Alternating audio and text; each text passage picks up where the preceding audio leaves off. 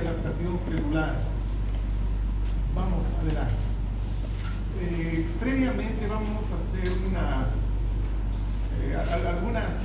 algún pantallazo sobre lo que son algunos conceptos, ¿no? ¿Qué es la patología? Esta es una pregunta. Estudia el proceso de la enfermedad, ¿no? Entre comillas, el sufrimiento, ¿no? Lo que obviamente causa la enfermedad, ¿no? El sufrimiento. En base a cambios estructurales y funcionales, dice acá. Entonces, este proceso se lo puede estudiar. ¿Y cuál es la disciplina que estudia este proceso? La patología. Ahora, los cambios estructurales, ¿sí?, son específicamente de la anatomía patológica. O sea que anatomía patológica es un término bastante estrecho, ya, porque se refiere a los cambios estructurales. Por ejemplo, si hay un aumento de volumen de un miembro, envejecimiento, muerte de un tejido, esas cosas se estudian, o sea, son cambios estructurales, ¿cierto? Pero también existen cambios funcionales. ¿Cómo se produjo? ¿Cuál es la causa de ese padecimiento, de ese sufrimiento? Bueno, entonces todo eso ya involucra a lo que es la patología en general, porque también hay otras, digamos, alteraciones funcionales que ya son del ámbito de la fisiopatología, ¿entienden?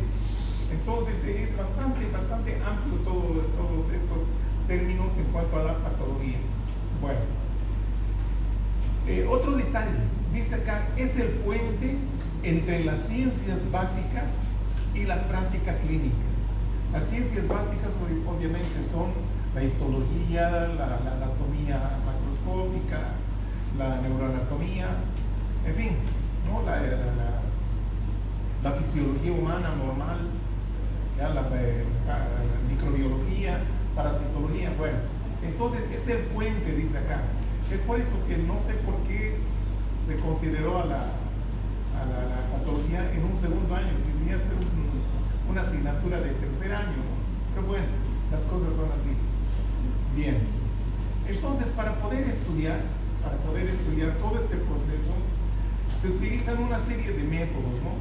Técnicas históricas convencionales y especiales. Bueno, entonces ese proceso de la patología, ese proceso de la enfermedad o el sufrimiento, tiene una serie de contextos, ¿cierto? Entonces a esto llamamos el proceso patológico, que tiene que tener una causa o etiología, es lo mismo, ¿ya?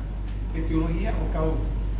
Es la causa de qué forma va a afectar a un tejido normal, a un tejido sano.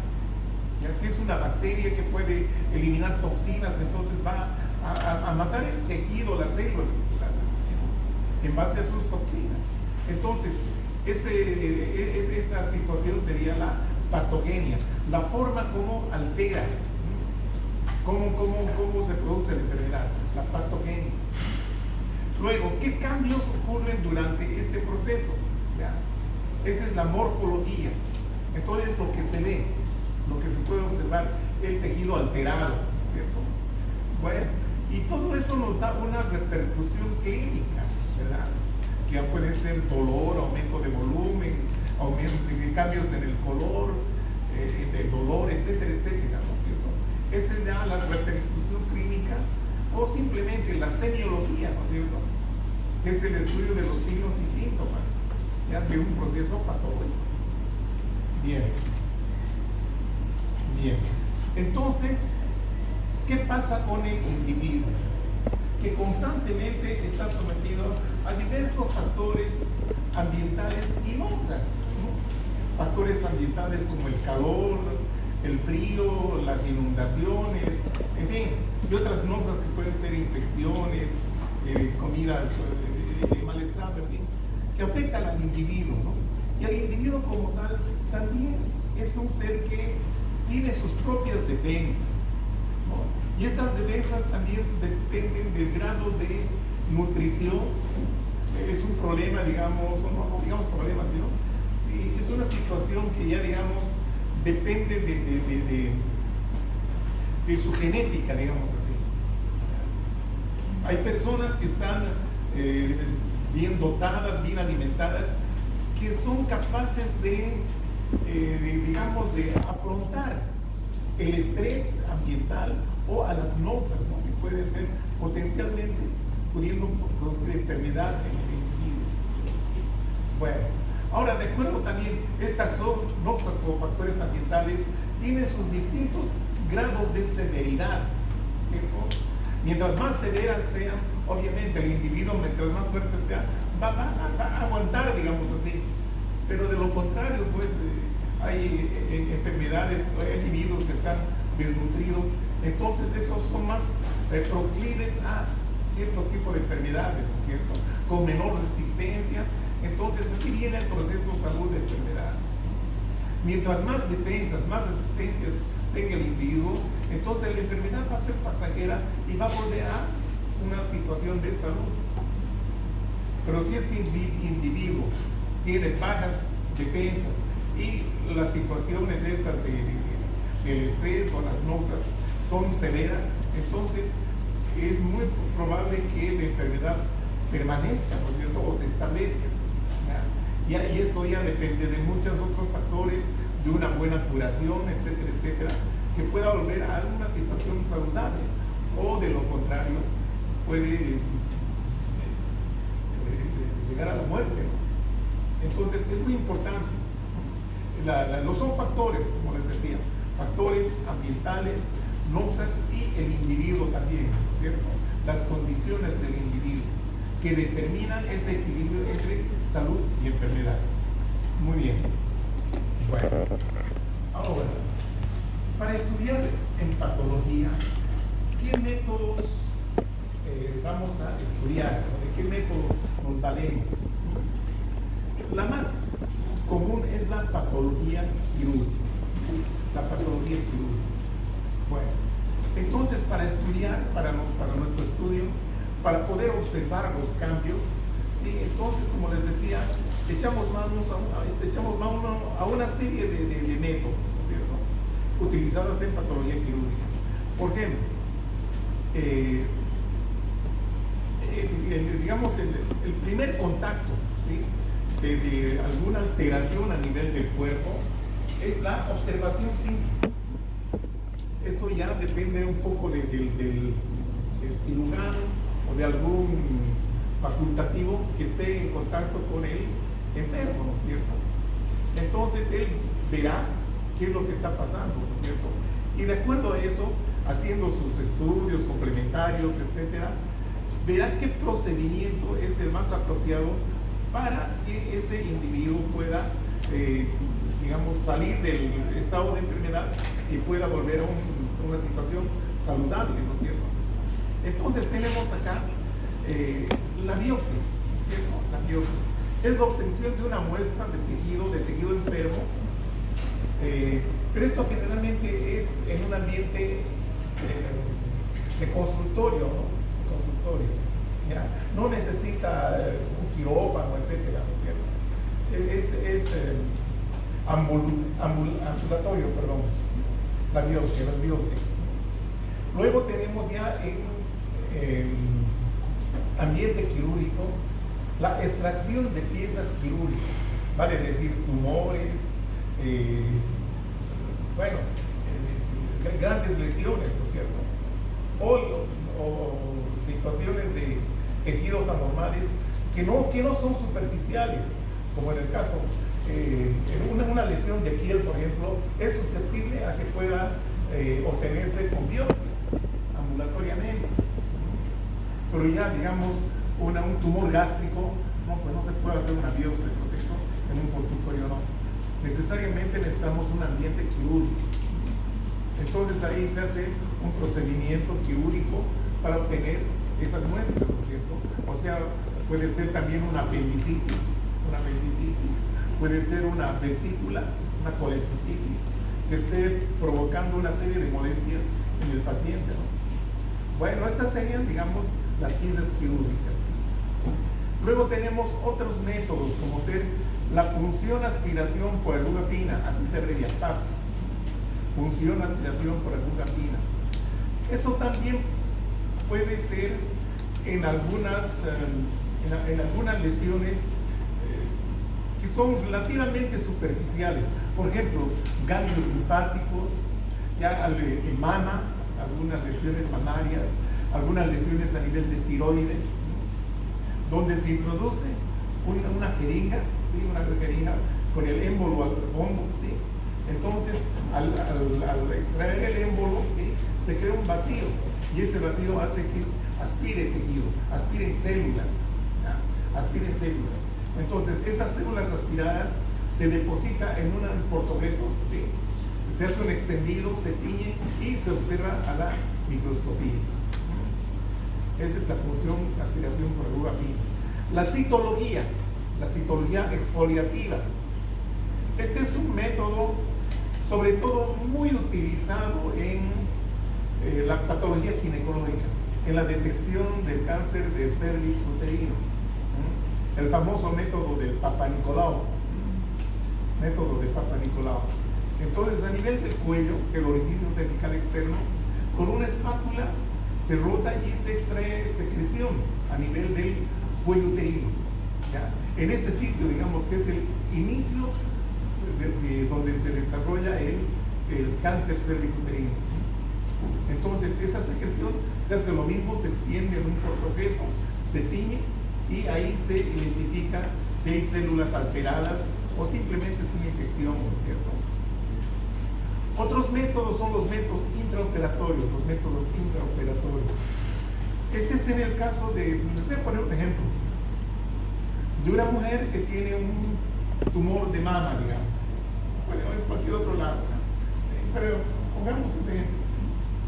Entonces entra donde el cirujano y abre, ¿no? Hace una incisión para ver de qué se trata ese tumorcito que detectaron en la mama.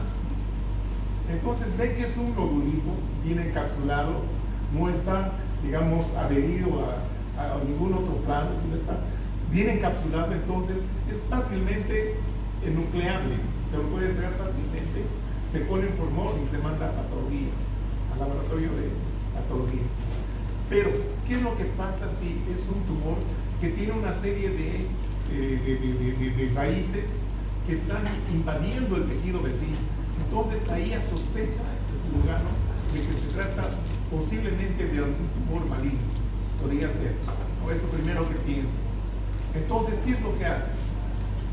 Saca un pedacito del tumor, así fresco, manda inmediatamente al laboratorio de patología. Eso ocurre, ¿no? Los grandes centros tienen su laboratorio de patología.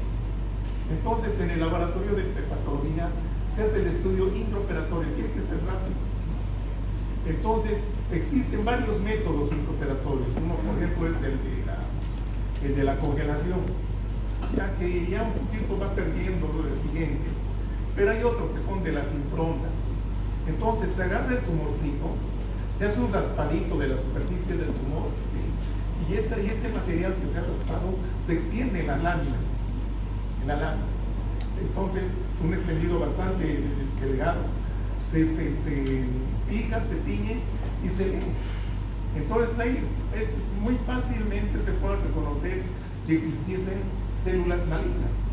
Entonces, si se ven contundentemente células malignas, por teléfono se le avisa al cirujano que es positiva para malignidad. Entonces, ¿qué es lo que hace el cirujano? Amplía la zona la zona quirúrgica, la zona del tumor, amplía, saca por amplio margen para ver si no ha invadido. Entonces, esa es, digamos, la finalidad de estos métodos intraoperatorios.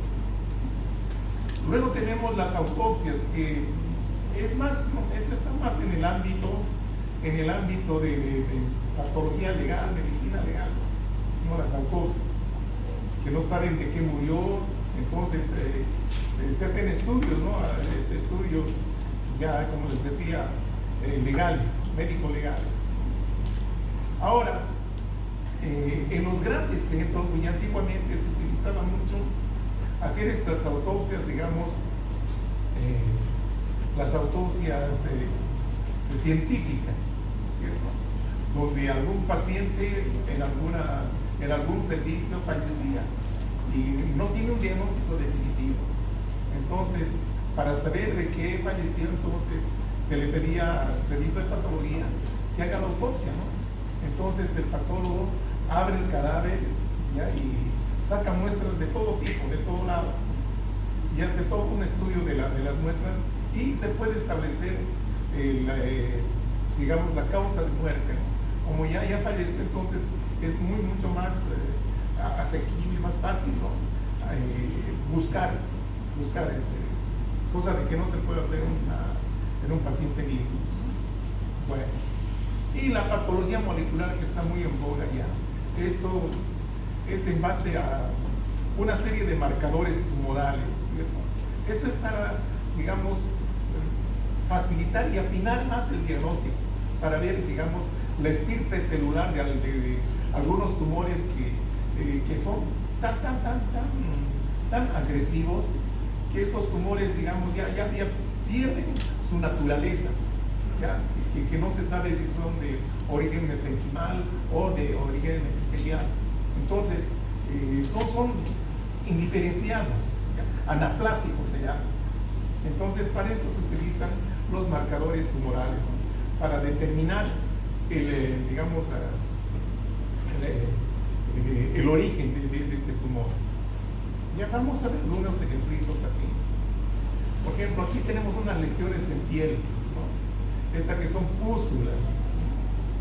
Estos son vesículas con contenido purulento, ¿no? Las pústulas. Ahí se puede ver que existe una vesícula con un contenido blanco amarillento, con un halo rojizo, ¿no es cierto? Esa es la forma de describir. Son pústulas.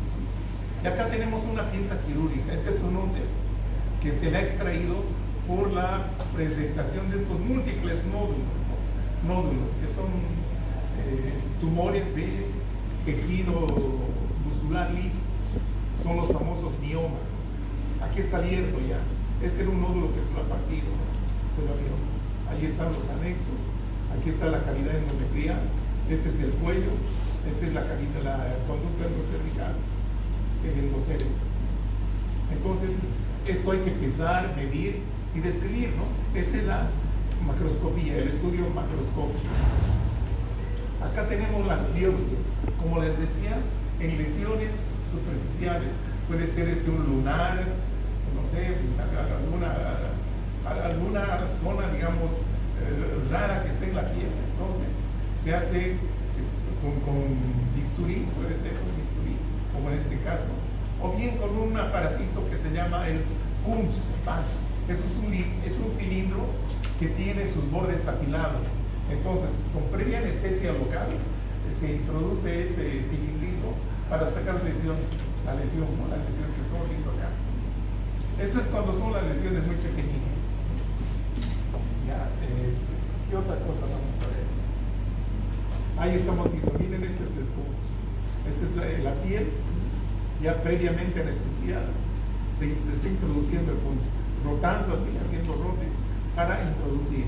Y luego sale un cilindro de piel que se saca con una pinza y por debajo se corta con una tiguerita curva, ¿no? Una tijera de piel. Eso se fija y puede preparar para su proceso, ¿no? Bien. ¿Qué otra cosa más? Este es el cuello uterino. ¿Ya? Entonces acá se está haciendo una colposcopía con en un colposcopio, obviamente, ¿sí? Entonces, esta es una paciente que tenía antecedente de que su estudio de Papa Nicolau, ya le detectaron un Papa Nicolau de alto grado, muy sospechoso de cáncer, ¿no? ¿Sí? Entonces, ¿qué es lo que se hace? Con la colposcopía se pone de manifiesto el cuello uterino, y entonces en esta zona del orificio se hace unas biopsias, ¿no? Con estas tijeras sacabocados. Entonces sacan varios ciclos. Entonces, como les digo, esto se fija, se procesa para su estudio al microscopio, ¿no? Ya, acá estamos viendo, sí, esta es una espatulita donde se obtuvo material de secreción, ¿ya? De secreción. Entonces, la secreción, miren, están acá extendiendo en este portoquete. Se extiende, es una membranita bastante delgada, se fija, se tiñe y se observa al microscopio. Ahí estamos viendo acá en mama, ¿no es cierto? Esta es una jeringa para extraer material. Este es entonces el método de la punción, aspiración con aguja fina. Bueno, aquí el aspirado se está extendiendo, ¿verdad? Ahí se está extendiendo. ¿Qué más podemos ver acá? Bueno, y vamos a hablar ahora un poquito de la dinámica de adaptación y lesión celular. Las células, por lo general, son elementos, dependiendo también del huésped, ¿no? Del paciente o de la persona, que pueden tener mucha resistencia a células. Y esto es un ejemplo que se pone, ¿no? Que a veces son como estas palmeras que pueden estar expuestas a los embates de la naturaleza, tormentas, ¿no? Entonces estas pueden ser, digamos, inclusive dobladas, llamemos así, hasta topar el suelo, pero sin embargo, por la resistencia que tienen, vuelven a su estado original, erguidas, ¿no es cierto? Entonces, esa es la adaptación. Ya, las células pueden ser afectadas por estrés, por noxas, etc. Entonces, pueden resistir. Entonces, al resistir quiere decir que tienen esa posibilidad de volver a la normalidad. Muy bien. Los factores etiológicos, las causas, ya, las principales causas de lesión celular. Existen muchas, ¿no? Una de las más estudiadas es esta, la hipoxia, la falta de oxígeno. Luego tenemos agentes químicos. Ahí están los venenos, pueden ser agentes corrosivos, en fin, los agentes químicos, ¿no es cierto? Los ácidos, álcalis, etcétera, etcétera, ¿no? Algunos fármacos que en algunas personas causan lesión también. Bueno, entonces son agentes químicos. Agentes biológicos. Aquí están los microorganismos, ¿ya? Que pueden ser virus, bacterias, hongos, parásitos, etcétera, ¿no es cierto? Agentes biológicos. Luego tenemos a los agentes físicos, el frío, el calor, la electricidad, la radiación, en fin, ¿no? Luego tenemos alteraciones genéticas, ¿ya? Donde ya la persona nace con algún tipo de alteración. A veces estas alteraciones son tan mínimas que pasan desapercibidas durante toda la vida, pero otras veces no, ya nacen con complicaciones y estas son expresadas desde muy temprano. Por ejemplo, el síndrome de Down y otras enfermedades más. Y hay otras donde no hay, digamos, ese problema, digamos, que se pueda notar, ¿no? Pero sin embargo hay alteraciones donde no funcionan bien, por ejemplo, este órgano muy importante que es el hígado, donde hay alteraciones a nivel de las enzimas hepatocitarias, ¿no es cierto? Hay un déficit. Entonces eso puede dar a la larga una serie de alteraciones que vamos a ver en el curso de la base de la materia. Reacciones inmunológicas. Estas reacciones pueden ser a veces por una hiperreactividad. Ahí entonces hablamos de las alergias. Las alergias, ¿no es cierto? Es un ejemplo clásico, las alergias. O bien puede ser todo lo contrario, ¿no? Deficiencias, inmunodeficiencias. Entonces eso también nos lleva a enfermedades. Y luego, las enfermedades autoinmunitarias, cuando nuestro sistema inmunitario reacciona contra lo propio, contra nuestros propios tejidos. O sea, no hay un reconocimiento. Nuestro sistema inmunitario se revela y no reconoce lo que es propio. Entonces, pelea contra eso, ¿no es cierto? Porque la finalidad del sistema inmunitario, ¿no?, es justamente reconocer lo que es extraño. Al reconocer lo que es extraño, lo ataca y lo anula. Pero si no reconoce lo propio, ¿ya? Y lo considera, digamos, un tejido extraño a nuestros propios tejidos, bueno, ahí es grave, ¿no es cierto? Y hay una serie de ese tipo de enfermedades autoinmunitarias, se llaman. El lupus eritematoso, la artritis reumatoide, el pénfigo, en fin. Bueno, desequilibrios nutricionales. Ahí tenemos, digamos, la obesidad por un lado, ¿ya? Y por otro lado tenemos, digamos, estas personas, ¿no? que están mal nutridos, la desnutrición, los desnutridos. Y esto ocurre generalmente en poblaciones con bajos ingresos, ¿cierto? Eso es bastante frecuente en nuestro medio ambiente. Se ve mucho eso, los desequilibrios nutricionales, que conllevan a lesiones celulares. El envejecimiento, obvio, ¿no es cierto? Nosotros los viejitos estamos siempre más con esa tendencia a sufrir cualquier tipo de enfermedad, ¿ya?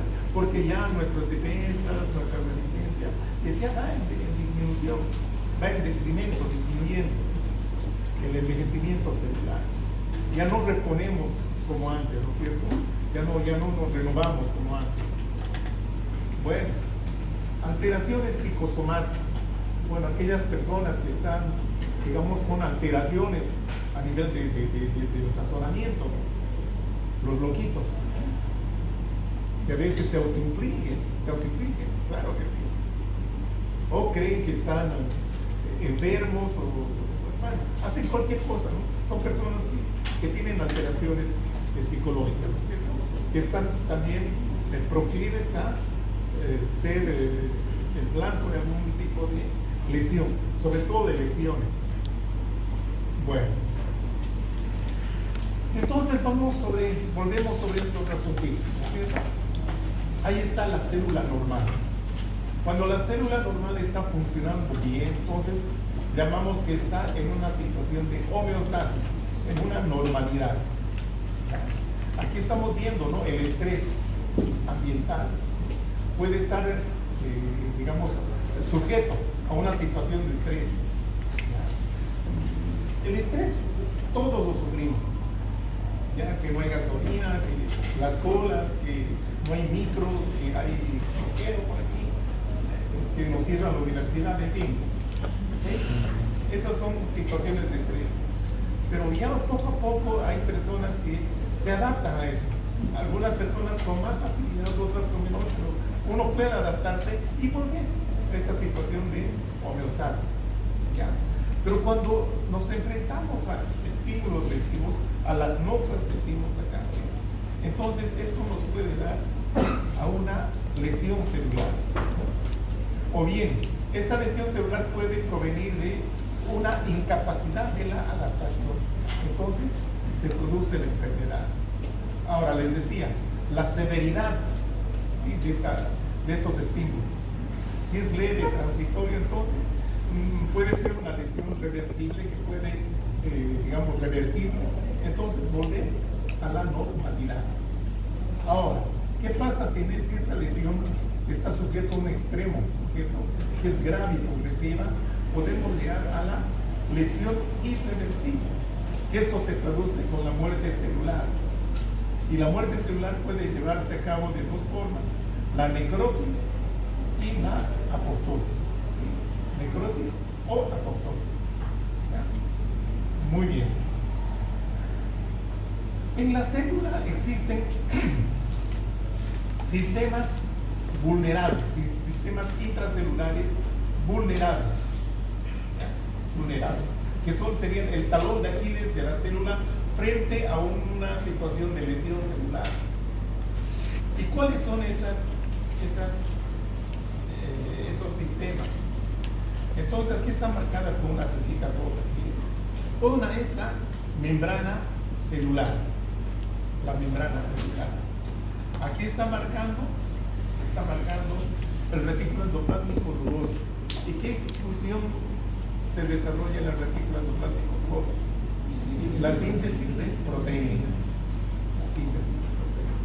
En las mitocondrias, ¿qué ocurre en las mitocondrias? Es la productora de energía, ¿no es cierto? A base del consumo de oxígeno, ¿sí? Entonces aquí está la respiración celular. Y luego tenemos el cuarto sistema, que es la cromatina, ¿no? El aparato genético, que puede alterar el genoma. Ahí está, alteración. Entonces son los cuatro sistemas intracelulares vulnerables, ¿no es cierto? Membrana celular, síntesis de proteínas, respiración aeróbica, ¿ya? Y el aparato genético. Bueno, ¿qué podemos decir de esto? Consecuencias de la disfunción de los sistemas intracelulares. ¿Qué consecuencias va a tener si no funcionan estos sistemas? ¿Ya? Entonces, actividad no controlada de los radicales libres de oxígeno, o especies reactivas del oxígeno, también se llaman así. ERO, especies reactivas del oxígeno, o radicales libres, no importa, es igual. Entonces aquí se desprenden estos radicales que son muy tóxicos, muy dañinos. Entonces aquí dice actividad no controlada, o sea, estos se producen sin control. Hay liberación del calcio intracelular. Liberación del calcio intracelular. Normalmente, ¿dónde se almacena el calcio? Hay dos lugares básicos donde está el calcio almacenado. ¿La ósea? ¿Perdón? No, intracelulares. Mitocondrias. Sí, puede ser, ¿no es cierto? Pero que, bueno, está bien, ¿no? Pero hay otros donde son mucho más importantes. Por ejemplo, están a nivel el retículo cytoplasmático, ¿qué es? Es el retículo endoplasmático liso, ¿no es cierto? Es lo mismo. ¿Ya? Unas células muy importantes son, digamos, por ejemplo, los hepatocitos. Entonces, en esos hepatocitos existe almacenamiento de este calcio intracelular, ¿sí? Ahí está. Luego están también en las mitocondrias, ¿cierto? En los gránulos mitocondriales, exactamente. Ahí se almacena calcio iónico. Entonces, cuando hay algún problema, algún proceso de lesión celular, este calcio se libera. ¿Y dónde va a caer este calcio? Cae al citosol. En el citosol. Se difunde en el citosol el calcio. Y eso es sumamente peligroso. ¿Por qué? Porque activa sistemas enzimáticos del citosol. Por ejemplo, puede activar inclusive a nivel de las membranas, de cualquiera de las membranas, ya sea la membrana externa o de las organelas membranosas. Estas son las fosfolipasas, que afectan los fosfolípidos, las proteasas, las ATPasas y las endonucleasas. Las proteasas a las proteínas, ¿no? Principalmente que se encuentran en el citoesqueleto. Las ATPasas, que degradan el ATP, que son moléculas energéticamente activas, muy activas, las ATPasas. Y las endonucleasas que están a nivel del aparato genético. Lo que conlleva a que se agote el ATP, por lo tanto la energía se agota la energía. Y esa célula, bueno, ya no va a funcionar bien, se supone así. Y cuando se afecta a las fosfolipasas, ¿dónde se encuentran las fosfolipasas? Dijimos, ¿cuál es la principal fuente de fosfolípidos? Membranas, las membranas. Las membranas, la externa o las de las organelas. Entonces aquí va a provocar una serie de defectos de la permeabilidad de las membranas. ¿Se da cuenta? A la catástrofe que van a producir o que va a producir el calcio intracelular liberado. Bueno, entonces aquí vamos a ver algunos ejemplos, ¿no es cierto? Ahí está la célula normal. Vamos a ver estas dos formas de lesión celular. Bueno, entonces aquí esta célula está sujeta a alguna noxa, digamos, ¿sí? Alguna forma a un agente lesivo. Entonces, ¿cómo reacciona esta célula? Miren ustedes, hay una serie como les decía, se afectan las membranas, los puntos los puntos vulnerables, se afectan, ¿no es cierto? A nivel de las membranas, por ejemplo, en las membranas del retículo endoplasmático, hay defectos de la permeabilidad. ¿Cuál es la principal, digamos, acción de las membranas? De mantener, ¿no es cierto?, las concentraciones de líquidos y electrolitos, ¿no es cierto?, tanto fuera de la célula como dentro de la célula, ¿no es cierto? Ahí está el juego de las bombas, ¿no es cierto?, bombas de sodio, potasio, en fin. Bueno, entonces al alterarse la permeabilidad de las membranas, ¿sí?, permite el ingreso de líquido, ¿sí?, y de otros electrolitos más, de afuera hacia el interior de la célula, produciendo que esta célula se hinche. De igual manera se van a hinchar las organelas, como el retículo endoplasmático rugoso, las mitocondrias principalmente. Se hinchan, hay un cambio, ¿no es cierto?, un cambio de hinchazón, ¿ya?, produciéndose estas vesículas, ¿no?, estas deformaciones, ¿no? Y al hincharse este retículo endoplasmático rugoso, hay un desprendimiento de los ribosomas. ¿Y qué función tienen los ribosomas? Sintetizar proteína. Son importantes para la síntesis de proteínas. Y al desprenderse entonces la síntesis de proteínas, también se viene abajo.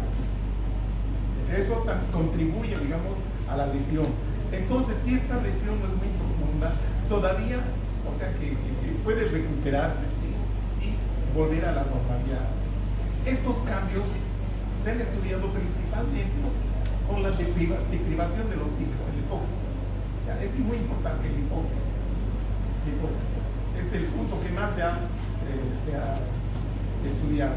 Cuando se restituye, digamos, el aporte de oxígeno, entonces esta célula, si no está muy alterada, puede recuperarse y volver a la normalidad. Entonces, estos cambios que se han producido, no muy profundos, ¿sí?, se denominan lesión reversible. Pero ¿qué pasa si no hay oxígeno? Es como cuando no hay combustible, ¿cierto?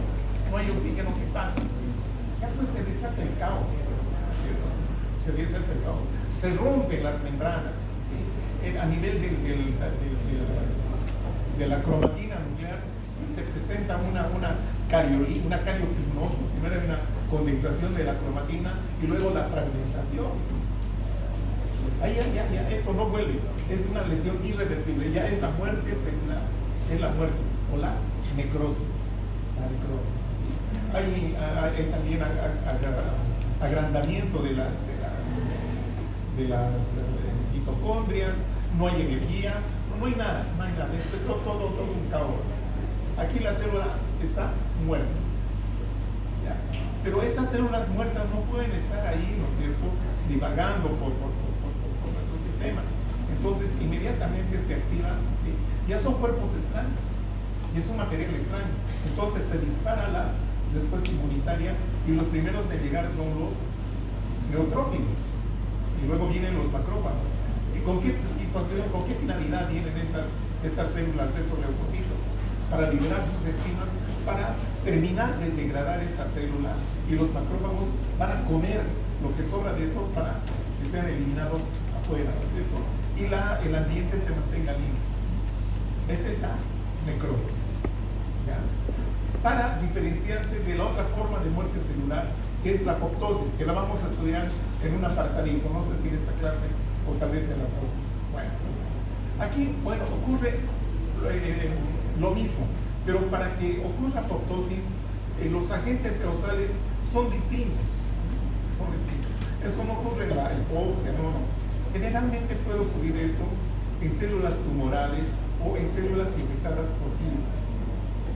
Bueno, hay una serie de cambios, ¿no es cierto? Ahí empiezan a presentarse estas vesículas a nivel de la membrana, deformación de la membrana, alteración a nivel del núcleo, ¿sí?, fragmentación del núcleo, La fragmentación del núcleo se llama cariorrea. Entonces, la célula esta se fragmenta, miren, estos son los cuerpos apoptóticos, fragmentándose los cuerpos, que tienen una porción de citoplasma, una porción de lípidos, una porción de núcleo, ¿sí? De cromatina, algunas organelas muertas, ¿sí? Ya, pero aquí no hay inflamación, no es como esto, acá no hay inflamación. Directamente vienen los macrófagos y van a fagocitar estos cuerpos apoptóticos. Y de esa manera van a limpiar el ambiente, ¿cierto?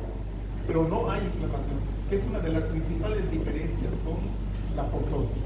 Vamos a volver sobre este punto, porque hay otras variantes de apoptosis que ya vamos a ver luego.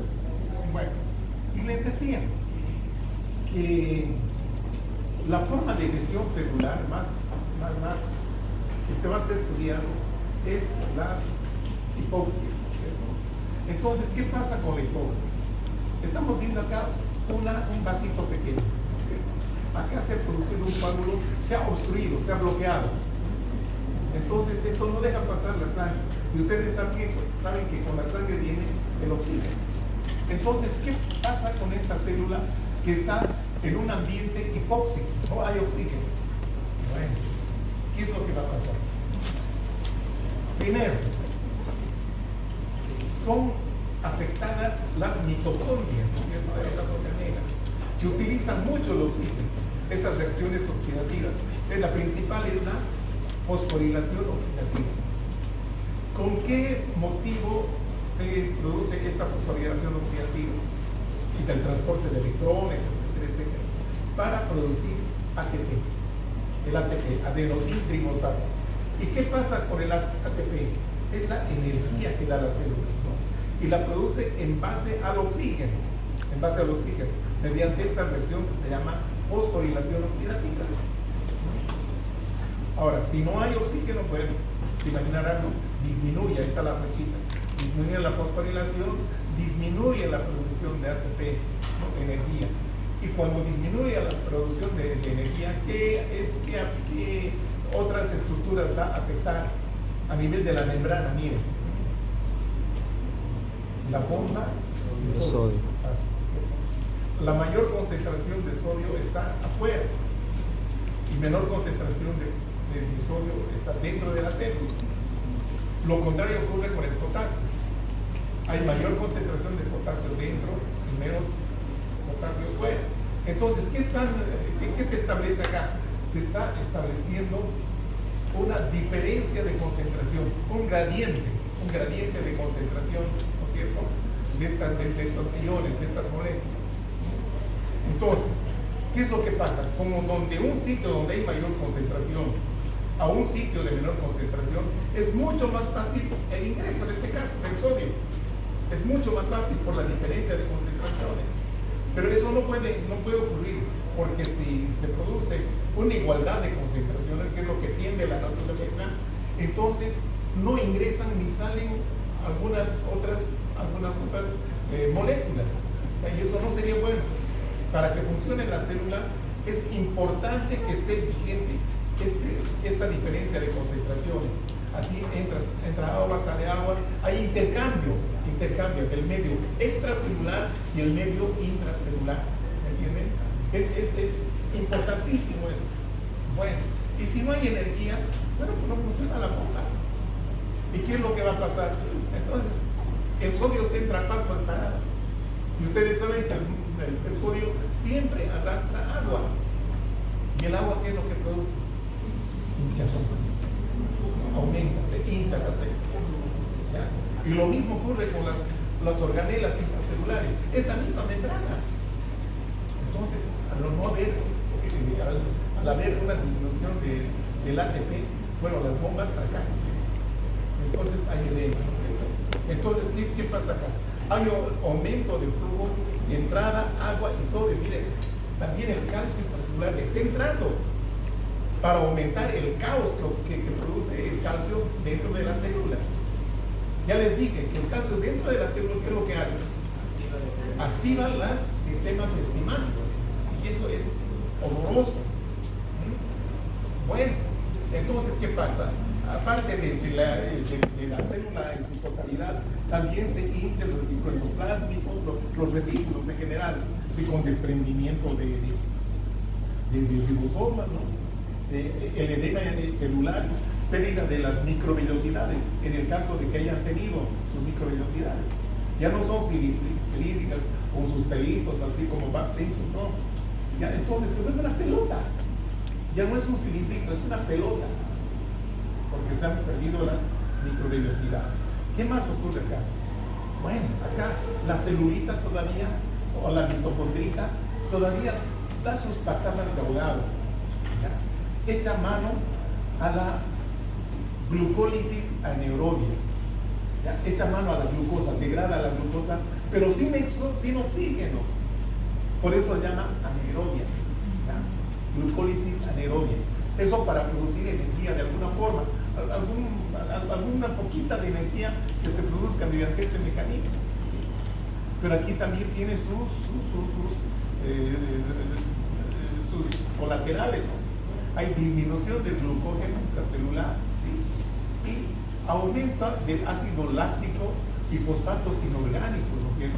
Lo que nos lleva a la disminución del pH. Y la disminución del pH, ¿qué es lo que hace? Condensación de la cromatina nuclear. La condensación, que es un paso previo a la dispersión, ¿no es cierto? Bueno, entonces, eso es lo que ocurre. Por otro lado, habíamos comentado el desprendimiento de ribosomas que va a dar lugar a una disminución de la síntesis de proteínas. Entonces, ¿se dan cuenta cómo es este proceso? Este ritmo es por la hipoxia, miren ustedes. Entonces, veamos aquí, ¿qué cambios se produce en la lesión reversible? Esta producción de vesículas, ¿no? La hinchazón, pérdida de las microvellosidades, dijimos, ¿sí? Agregación de partículas intramembranosas, esto por la fosfolipasa, ¿sí? Hinchazón de la célula, hinchazón generalizada de la célula, condensación de la cromatina por la disminución del pH. Puede haber algunas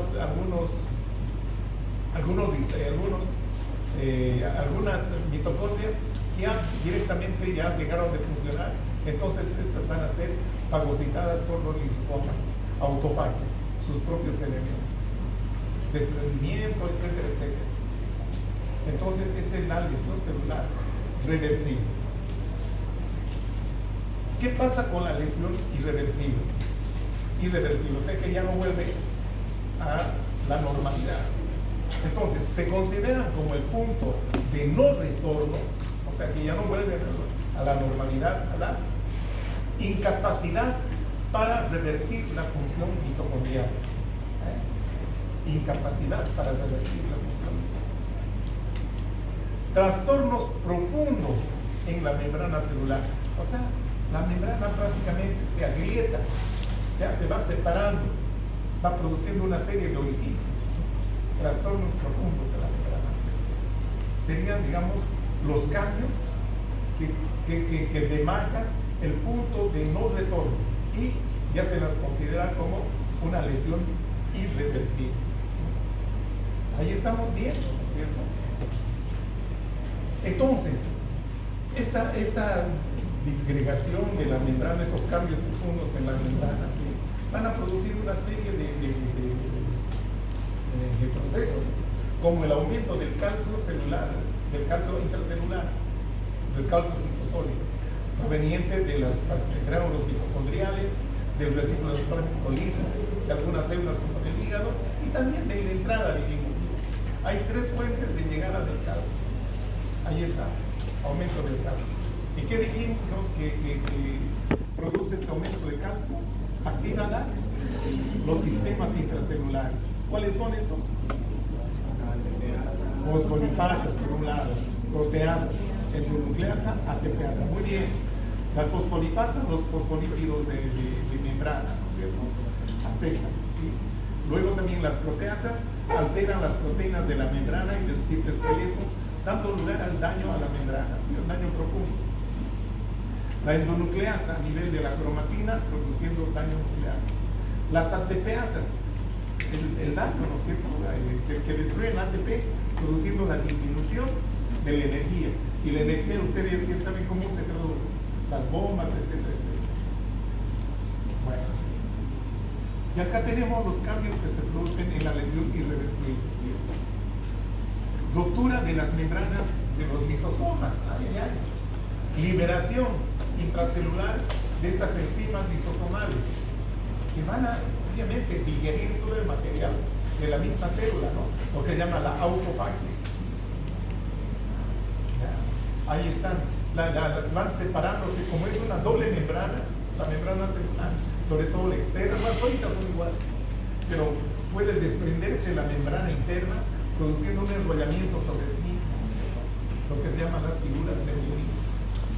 Lisis del retículo endoplasmático, ya sea del rugoso o del liso. Los defectos de estas grietas en la membrana celular, afectación de los mitocondrios. Y a nivel del núcleo, ¿no es cierto?, de la cromatina, la condensación se llama cariopignosis, a la fragmentación se denomina cariorexis, y a la destrucción, ¿no es cierto?, a la destrucción total de la cromatina se denomina cariolisis.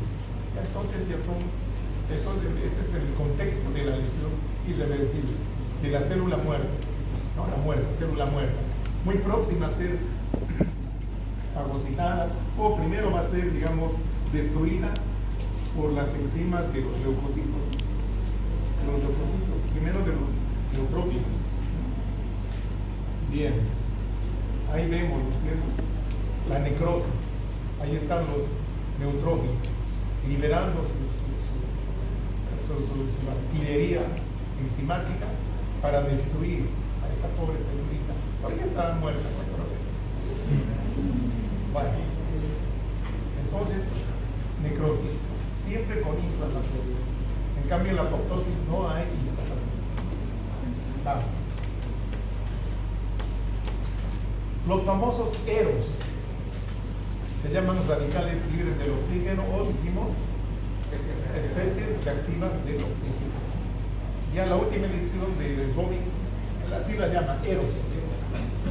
Bueno, entonces estos famosos EROS no son nada más moléculas altamente reactivas que atacan los enlaces de proteínas en los tejidos. Miren ustedes, enlaces de proteínas en los tejidos. Esto es importante, no solamente los tejidos, también las células, ¿no es cierto?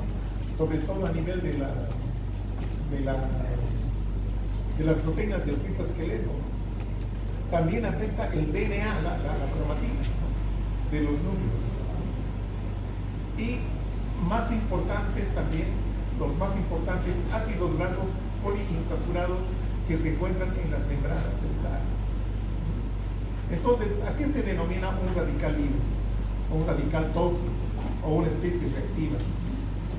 Son aquellas moléculas que presentan un solo electrón impar en su orbital más externo. O sea, normalmente en los espines, en la mesa, ¿qué otro nombre lleva a las moléculas? Está el átomo en el centro y después ahí están ¿electrones? Eso, ¿no es cierto? Siempre hay un par de electrones en cada orbital, exacto, orbital. Pero el último, el orbital más externo, solamente contiene un solo electrón.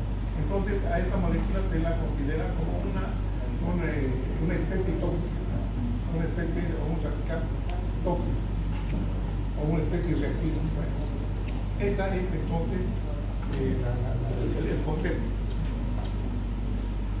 Bueno, entonces aquí hemos visto cuáles son las lesiones que pueden inducir los radicales libres, ¿no? Los EROS, enlaces de proteína a nivel de las células o tejidos. No se olviden el DNA nuclear, ácidos grasos de las membranas, ¿cierto? Son los principales puntos que atacan estos EROS. Bien. ¿Y cuáles son los más comunes? Estos EROS más comunes, que normalmente son liberados en cualquier reacción, digamos, donde esté involucrado el oxígeno. Ahí, así es. Entonces, aquí está un modelo. Es el anión superóxido. El anión superóxido, así se la abrevia. Luego tenemos el peróxido de hidrógeno, agua oxigenada. Y luego tenemos el ion hidroxilo. Bien. Entonces vamos a ver cómo se producen estos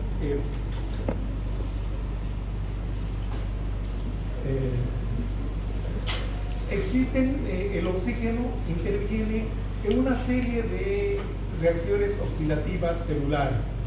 Podemos empezar a nivel de la membrana, ¿no es cierto?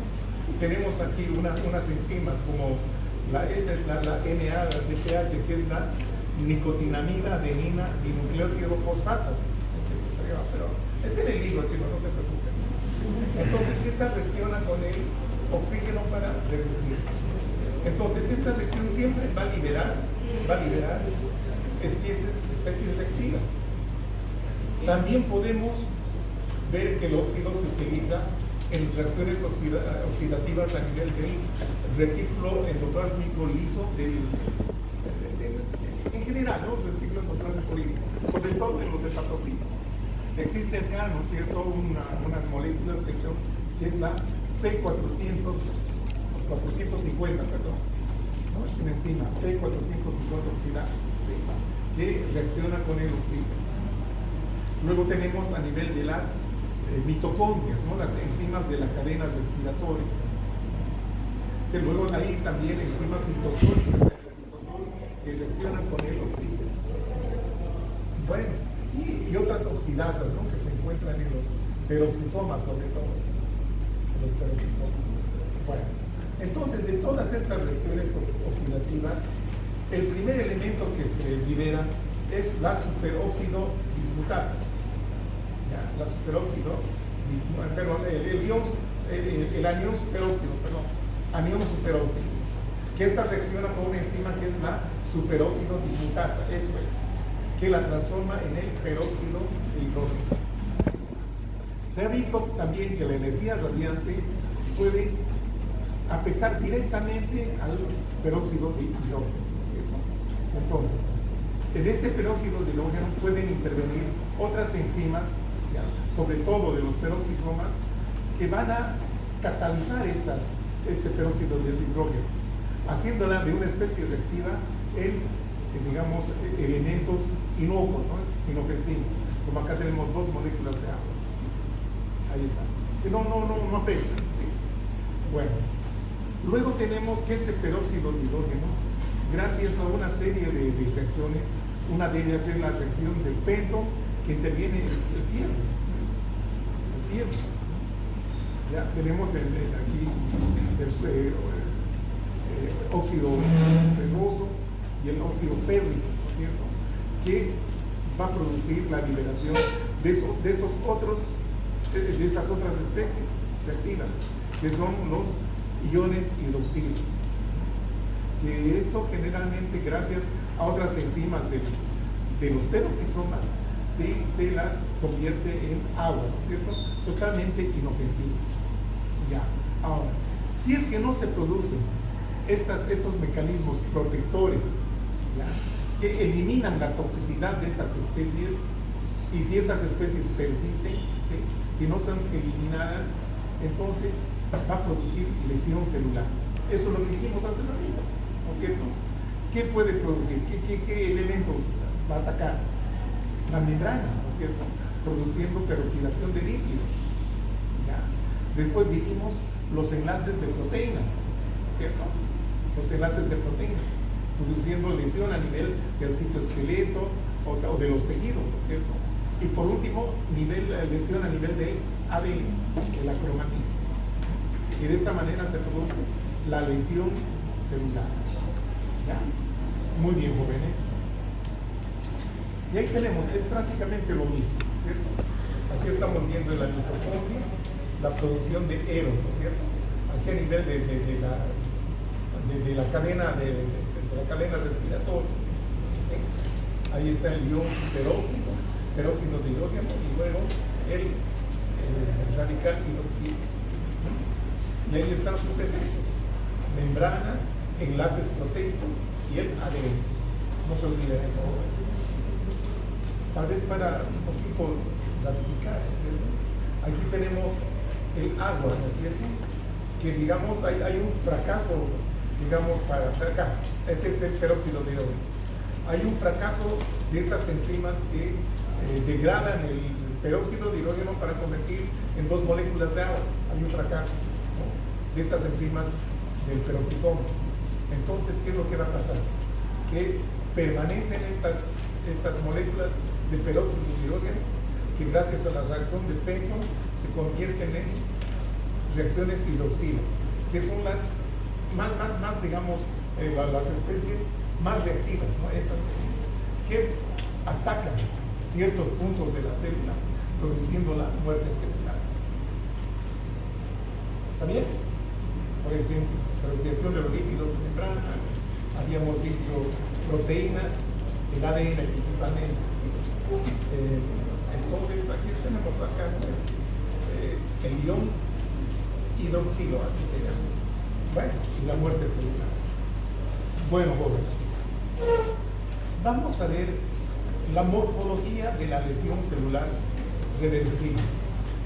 ¿Cómo se ve al microscopio las células que han sido afectadas mediante un proceso de lesión celular, pero reversible? ¿Cuál es el patrón celular? En este caso es la tumefacción, simplemente la hinchazón celular o tumefacción celular. Aquí estamos viendo los túbulos también del riñón, los túbulos son los contorneados. Entonces vemos que estos túbulos, miren cómo se ven los núcleos desplazados a un extremo y están llenos de líquido hinchado. Eso se llama tumefacción celular. Este es un esquemita para que vean. Entonces, este es un patrón morfológico de la lesión celular reversible. No se olviden, tumefacción celular. Aquí luego estamos viendo lo mismo. Estos son túbulos proximales, estos son los distales, siempre más delgaditos. Miren la estructura. Pálidos, granulosos, ¿ya? Y el núcleo siempre desplazado a un extremo. Amplio citoplasma, porque está lleno de líquido. Ahí está el riñón. Este es un riñón tumefacto. Antes se conocía por el nombre de degeneración hidrógena. Ahora simplemente se llama tumefacción celular. Es lo mismo. Vamos a ver lo mismo. Acá tal vez una comparación, digamos, de lo que es normal a esto. Ya está tumefacto, ¿no? Son células tumefactas con líquido. Ya los límites celulares están alterados. No son tan nítidos como acá. Bueno, tumefacción celular es un patrón morfológico de lesión reversible. El otro patrón es el cambio graso. Es acumulación de gotitas de grasa dentro de los hepatocitos. Esto se produce generalmente en el hígado. El cambio graso es el principal órgano. El hígado en sí se pone más amarillento y aumenta de peso.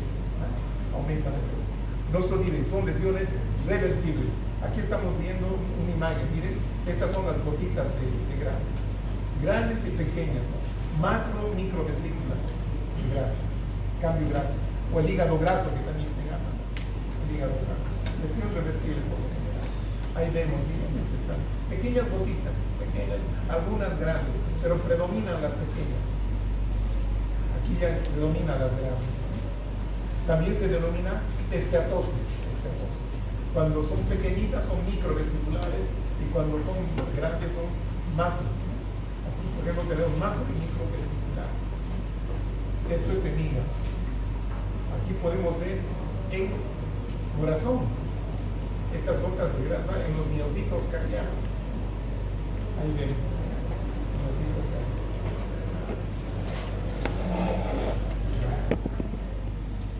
Ahora vamos a ver la morfología de la muerte celular, de la necrosis, de la muerte celular irreversible, o de la lesión celular irreversible, o necrosis. Ya, en la necrosis tenemos algunos patrones de muerte celular, como ser, uno, la necrosis coagulativa, porque se parece a un coágulo, ¿no? La célula tiene ese aspecto de un coágulo. Entonces esto se produce por desnaturalización de las proteínas. Esto es por autólisis. ¿Qué significa autólisis, chicos? ¿Qué dijimos? ¿Alguien tiene alguna para un cargador de esta cosa? Se nos fue la energía. Tienen por ahí, por favor. Este es un HP.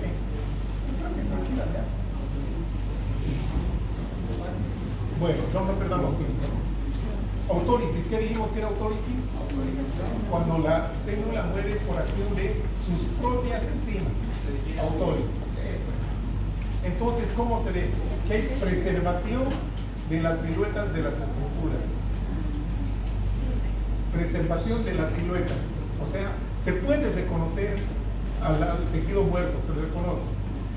Ya, esta es una característica de la muerte por hipoxia. En todos los órganos, excepto en cerebro. ¿Sí? Característica de la hipoxia en todos los órganos, excepto en cerebro. Bueno. Ahí tenemos, por ejemplo, este es el infarto, ¿no es cierto? Son áreas de necrosis isquémica por falta de oxígeno. Así, acá se produjo el stop del aporte sanguíneo, entonces toda esta zona está muerta. Necrosis coagulativa, es una zona de infarto. Acá tenemos un infarto renal, acá hubo el stop, y toda esta zonita, siempre se tiene un infarto renal. Ahí está la microscopía. Aquí reconocemos un glomérulo, ¿no? Ahí está el corpúsculo y algunas ¿cómo llaman estos? Los conductitos estos, los túbulos. Se puede reconocer al tejido. Pero mire, acá todavía no han llegado las reacciones inflamatorias. Necrosis coagulativa. Parece un coágulo. Lo mismo acá en el infarto del miocardio. Ya los núcleos se van perdiendo, también se pierden las estriaciones. Esos son los miocitos, un infarto del miocardio. Acá, algunas variantes. Esta es la necrosis de calcificación, producida principalmente por el bacilo de la tuberculosis, que produce este tipo de necrosis que parece el requesón, por eso llaman de calcificación. Entonces, aquí se ve, miren, un granuloma, con necrosis de calcificación. Y aquí está la zona muerta. Ahí estamos viendo, esta es la zona muerta en la tuberculosis. Estos son los granulomas en el pulmón. Bueno, el otro tipo de necrosis es la lipohepactiva. Es digestión celular debida a acción degradativa de enzimas lisosomales de otras células. Por ejemplo, de las células de los neutrófilos, por ejemplo. Ya son células que no son propias, no son enzimas propias, sino de otras células. A eso se llama heterólisis. Esto es característica de infecciones microbianas, donde se produce pus, y también del infarto cerebral. Miren, el infarto cerebral presenta necrosis de lipofacción. En cambio, los infartos en otros órganos se producen necrosis de tipo coagulativa. Una es de coagulación y esta es de liquefacción o liquefactiva. Bueno, ahí tenemos algunos ejemplos de vamos a poner. Ahí están, por ejemplo, esta pústula, ¿no es cierto? Ese puntito blanco, que no es nada más que una colección de pus. Cuando son muy grandes estas colecciones de pus ya se llaman abscesos, como en este caso, ¿no? A nivel de los ganglios inguinales de este paciente. Aquí están drenando. La microscopía nos va a mostrar lleno de neutrófilos. Ya no se reconoce órgano, acá son colecciones de neutrófilos y restos de células muertas que se llaman piocitos. También este tipo de necrosis se observa en infecciones por hongos. Aquí un ejemplo estamos viendo la candidiasis. Ahí vemos una onicomicosis. Ahí están con PAS es una ficción. Ahí estamos viendo las hifas y algunas espólicas de candida pica. Ahí están las espólicas. Y aquí está el infiltrado. Ahí está el infarto cerebral. El infarto cerebral. Necrosis blicovagal. Infarto cerebral. La microscopía. Aquí vemos algo de tejido cerebral y esta es la zona de necrosis. Infiltrados inflamatorios de tipo rudo. Necrosis blicoecontiva. Y por último tenemos la necrosis enzimática de la grasa, que generalmente ocurre a nivel del páncreas, porque por una pancreatitis o por una litiasis de los conductos se produce un taponamiento y las enzimas pancreáticas se activan dentro del páncreas, produciendo una autodigestión del páncreas, lo que se llama la necrosis enzimática de la grasa. Es una necrosis que parece al jabón cuando está con agua. Así, esa misma textura tiene. Ahí vemos, miren. Se deshace, es un tejido friable que uno palpa y se deshace. Acá vemos la histología. Hay algunos adipositos que están por ahí. Estos otros ya están muertos. Y por último tenemos otro ejemplo de necrosis, que es la necrosis fibrinoide, que es un tipo especial de daño vascular, ¿sí? Este es un vasito, observado habitualmente en reacciones inmunitarias. Por ejemplo, en el lupus se puede ver esto. Entonces, eso se produce por depósitos de inmunocomplejo. Esta es una reacción de hipersensibilidad en las paredes arteriales. Necrosis fibrinoide se llama así por el aspecto de fibrina que tiene. Aspecto de fibrinoide. Bueno, y terminamos con esto.